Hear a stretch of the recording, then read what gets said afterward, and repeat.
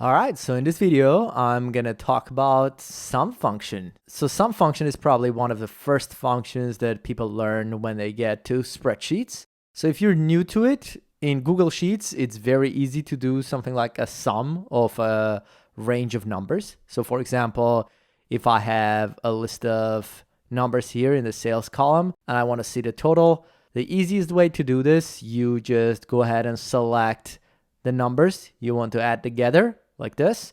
Go and click in the bottom right here, this explore icon, and that pops up with this different options: sum, average, min, max.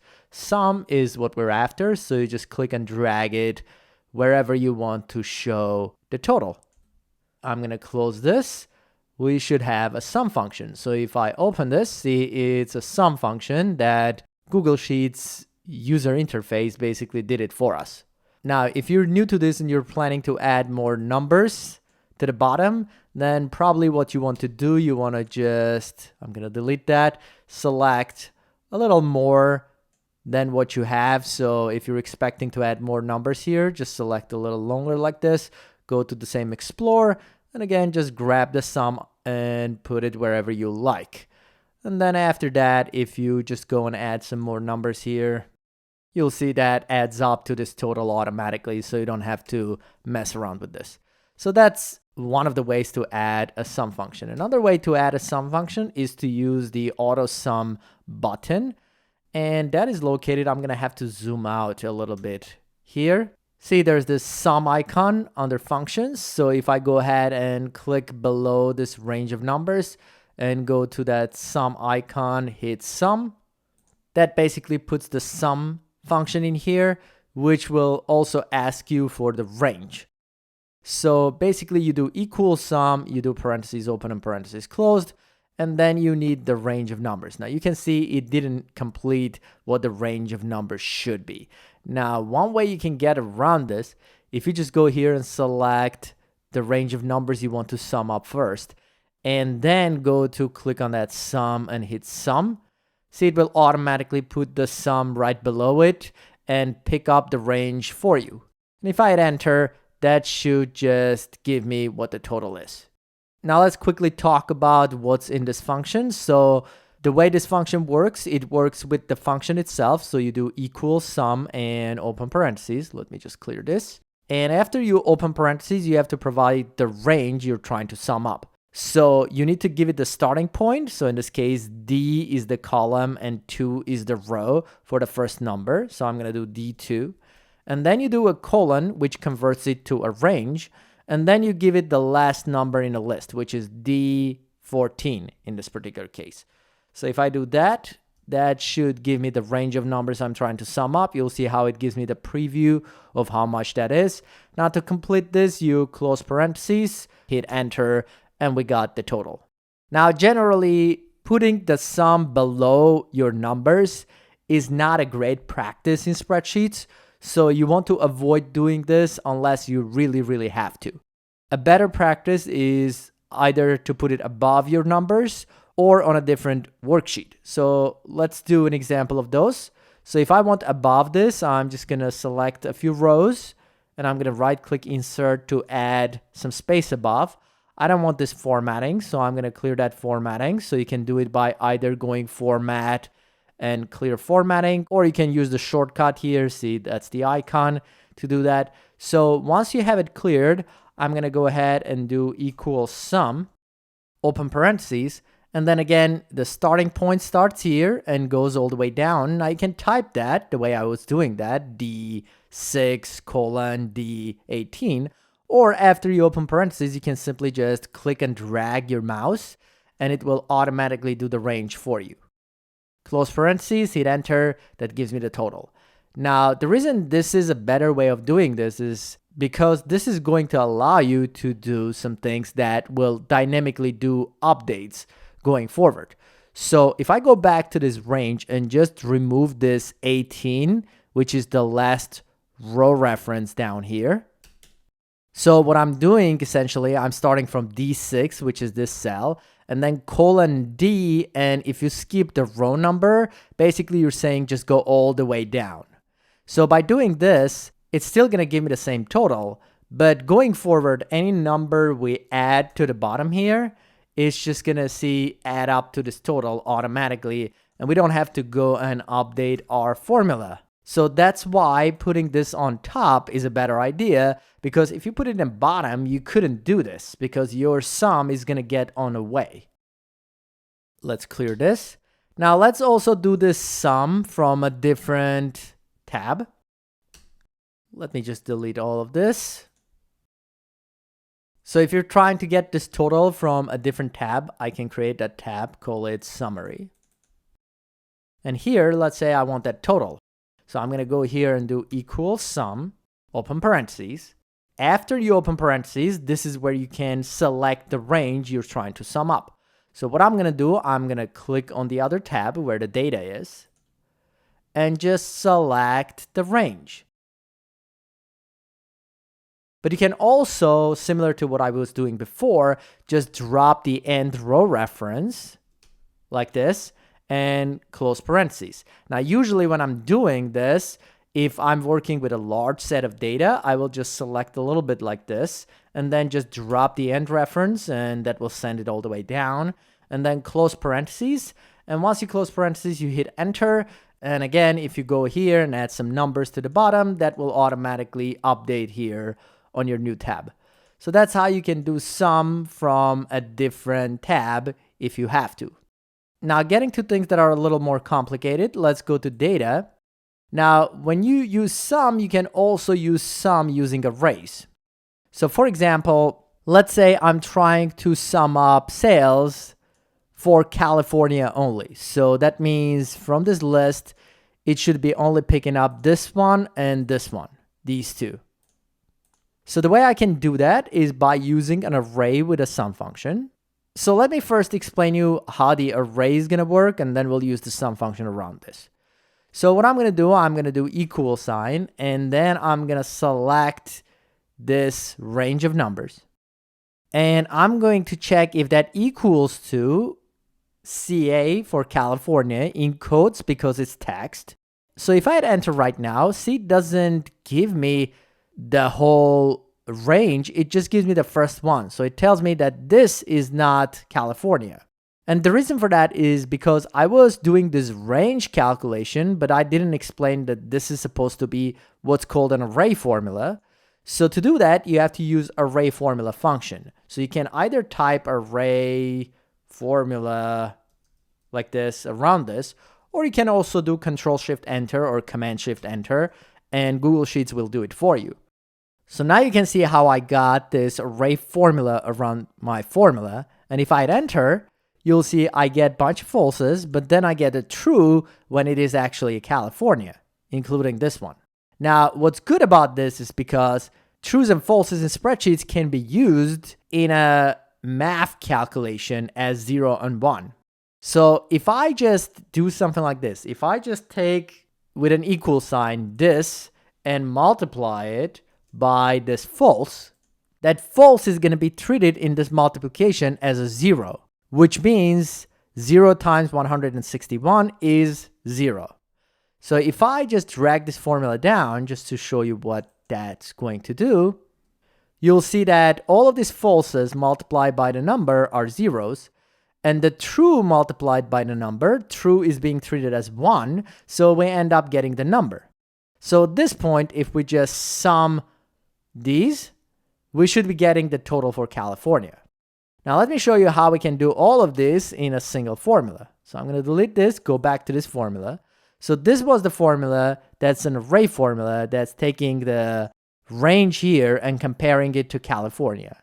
Now what I'm going to do, I'm going to take it as a first step by putting that inner part of array formula in parentheses like this. And then I'm going to multiply that by this range of numbers in sales column.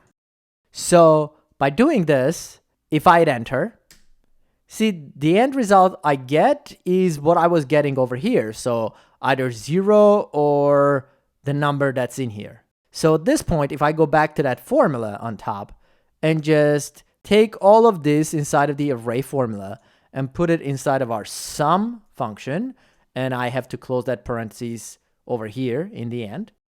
I hit enter. That should give me the total for California only. So if I just very quickly look here, see it's adding this number to this number. So let's just do 500 here and 600 here. So that should add up to 1100. As you can see, it does. So that's like a conditional summing. Now, if you're familiar with a sum-ifs function, you could do the same using sum-ifs function by doing equals sum-ifs. And then you can just select the range of numbers you're summing up from this column. So that's the first column, comma. Then select the range of values you're trying to check against. So in this case, I'm checking against states to make sure I'm only going to be adding up California's, comma. And the last one is what you're checking this column for. So I want that to be CA for California in quotes, like this. And if I do that with some ifs, I should be getting exactly the same total I got using this sum function with the right formula. So if you're doing a conditional summing like this, you would probably just use some ifs. You wouldn't be using this array formula. But I'm going to show you why it's important to know how this works in a second. So I'm going to erase all of that and let's just create a brand new spreadsheet.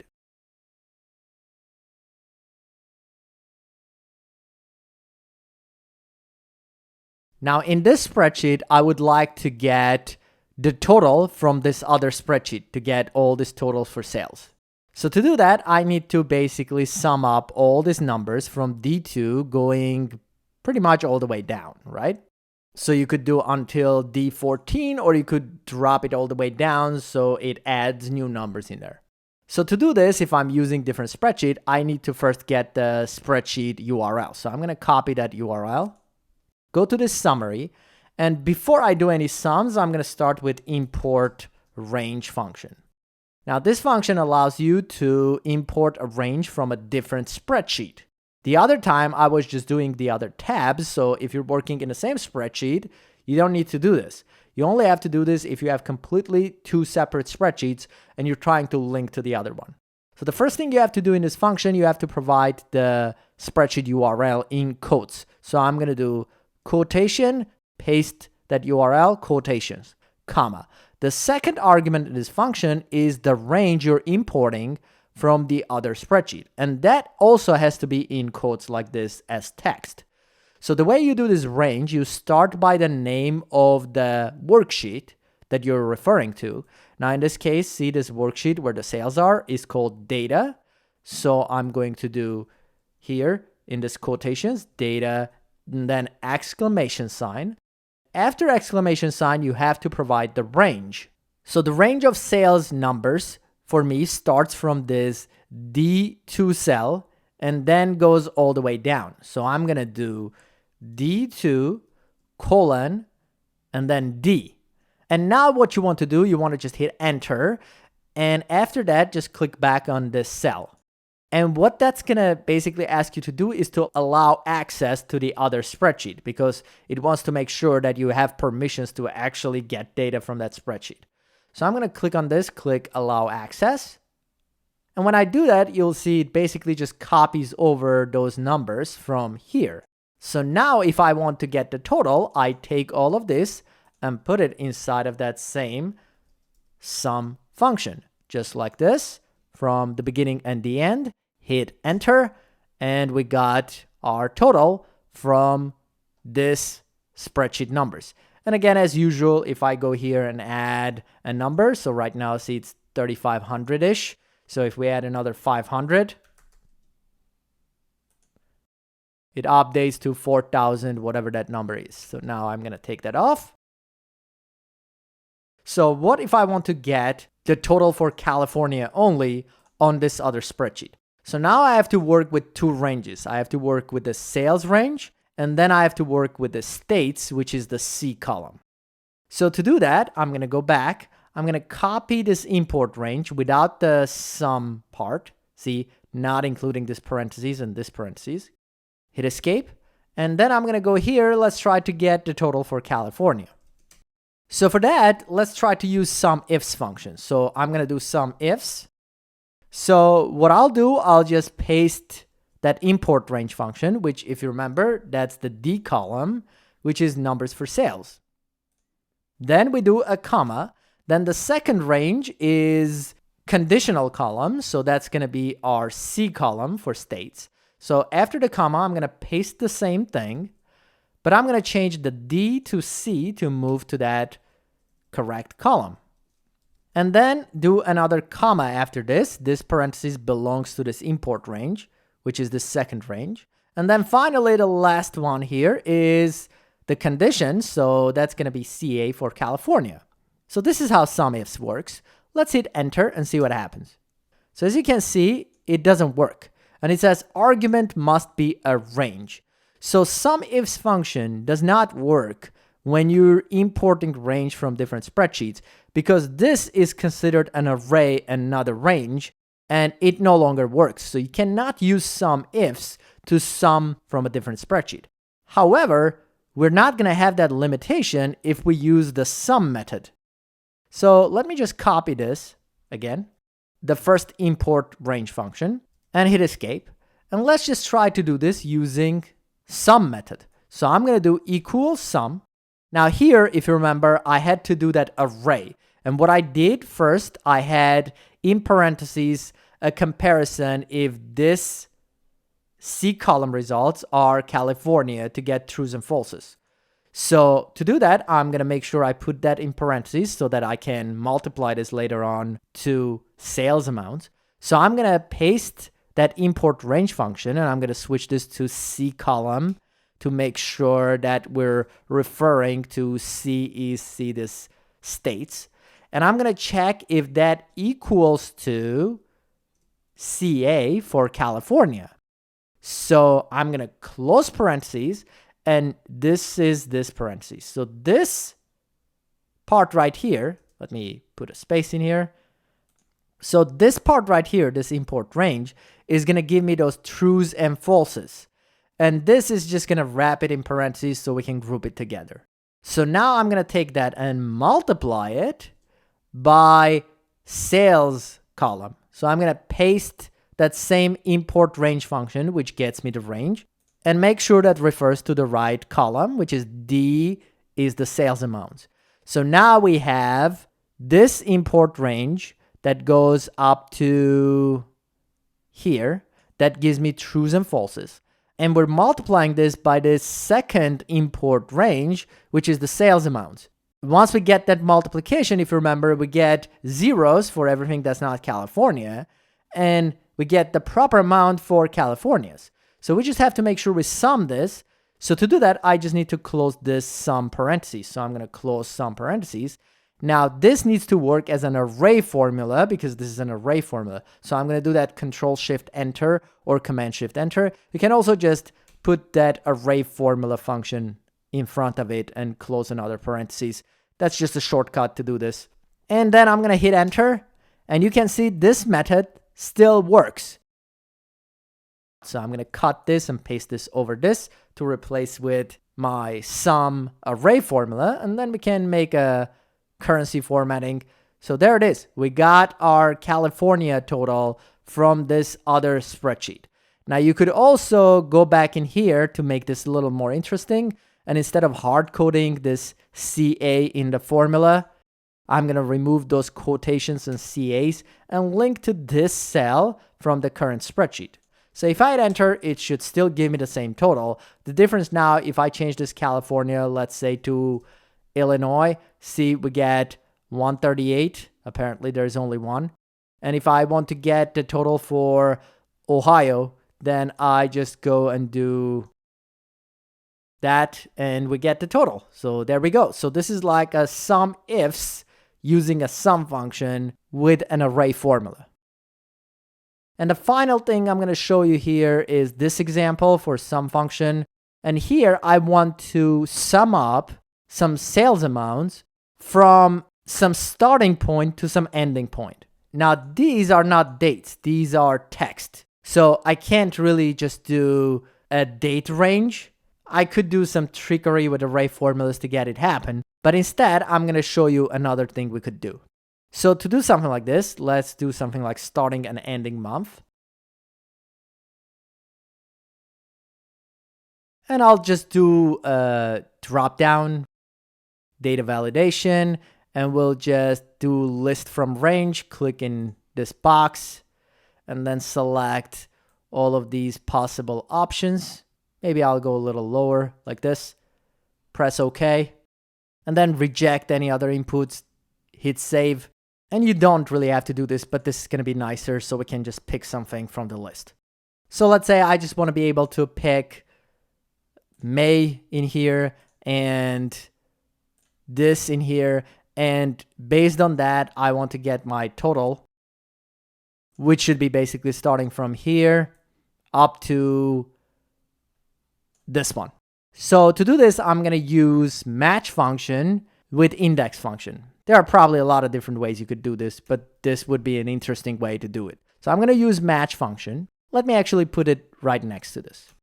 So I'm going to match this text, comma, in this list, starting from this first item in the list, not including the month. I'm going to drop the end reference again to drag it all the way down, comma 0 to do an exact match. So we're basically saying, let's search for this in this range and try to find an exact match. So as you can see, it says 4. So 4 in this case means I was able to find this in 1, 2, 3, 4, the 4th position. So if I change this to, let's say, this, see that becomes 1, which is the first one, and then this will be 2, and so on. So I'm going to repeat that same thing with this. I'm going to do equals match, click on this, comma, this is the range, drop the end reference, comma 0 for an exact match. So I got 2 for this, 12 for this. And again, if I change this, that will also update this. Now, what I'm going to do, I'm going to put this match functions that are giving us the position, like 2, etc., inside of an index function. So I'm going to go here and take this match function and put it inside of index function. And I'll link to my index match videos if you're interested in watching more about this. So I'm going to do index, and then I'm going to select this range of sales amounts starting from the same row, and I'm going to drop the end reference, comma, and then I'm going to keep the match function as the position for this and close parentheses. So if you look what it gives me basically the amount for this. So if I look at 2015 March, that's the amount. If I change this to April, that should be the amount for April. I'm going to do the same for this. So index function, select sales amount, drop the end reference, comma, and close parentheses in the end to do this. Now, what's interesting about index function is that index function gives you a range reference. What that basically means is that, well, I guess I'm going to show you in just a second. Let's just go back to sales. And let's just do equal sum, just a basic sum, open parentheses, and just select this range of numbers. I'm going to close parentheses and hit enter. That should give us the sum of this entire thing. So that is the range starting from B2 through B17. Now, because this index function is a range reference, I can copy this without the equal sign, hit escape, and then go back to this and replace this first B2, which is the starting point, with that index function, just like this. And if I hit enter, you'll see it gives us like 734,000 something.